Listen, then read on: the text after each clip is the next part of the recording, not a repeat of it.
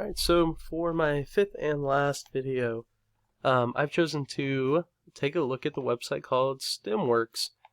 This is just kind of a neat website. Basically what it does is it links a whole bunch of other websites all in one place, focusing like on STEM. Excuse me.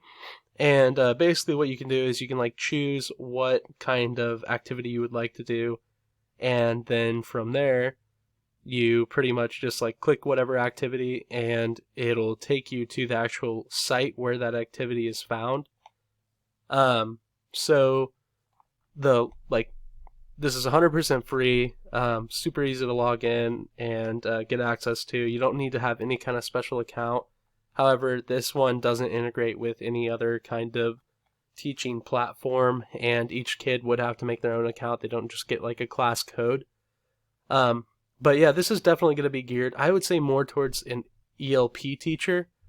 As an ELP student, like growing up, it was kind of, I don't know, I always found a lot of normal stuff boring, but I really loved STEM. Really got into like robotics and things like that, and so seeing a site like this is kind of cool because it just, yeah, again, it just takes you to activities.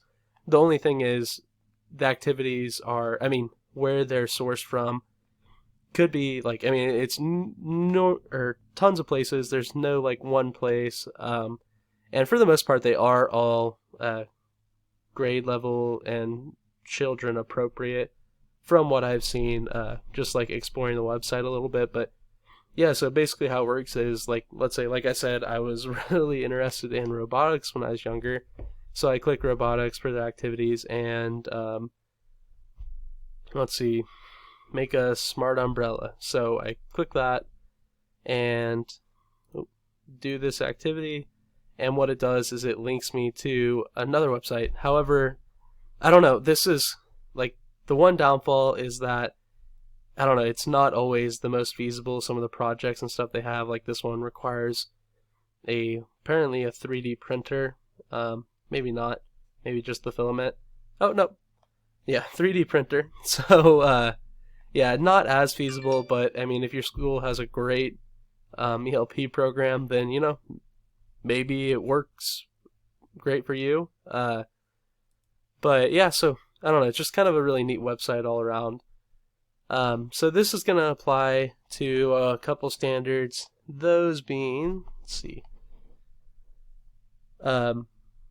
so those being ISC standard for educational leaders, 4B, ensuring that resources for supporting the effective use of technology for learning are sufficient and scalable to meet future demand, and ISTE 2B, build on the shared vision by collaboratively creating a strategic plan that articulates how technology will be used to enhance learning.